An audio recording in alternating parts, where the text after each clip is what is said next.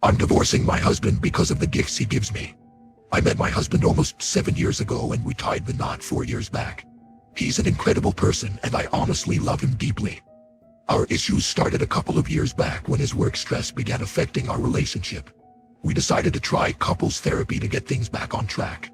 Our therapist suggested we try doing things for each other, like planning surprise dates or giving thoughtful gifts.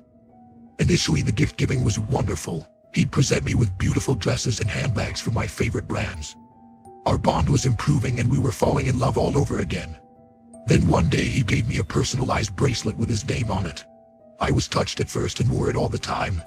He expressed that if I didn't wear it, it would mean I didn't value him since it was costly and had his name on it. Later, he gifted me a foot massager. I usually massaged his feet after a long day at work, though I didn't mind doing it. I didn't enjoy it as it strained my hands. I told him I wouldn't do it daily, so he got me a foot massager to prevent hand strain. He began buying me high-end baking equipment, recipe books, and chic aprons, implying I should bake more. He got me noise-canceling headphones so he could play his drums without me asking him to lower the volume. He even gifted me a knitting kit so I could mend his clothes. When I confronted him, he lashed out at me, claiming I should be grateful for his presence. I countered that his gifts were actually for his benefit, not mine. He lost his temper, started calling me names and throwing things around, then left the house in a rage.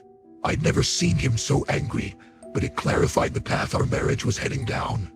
I was in tears, knowing what I had to do when he returned. Edit. Thank you for all the kind words and understanding.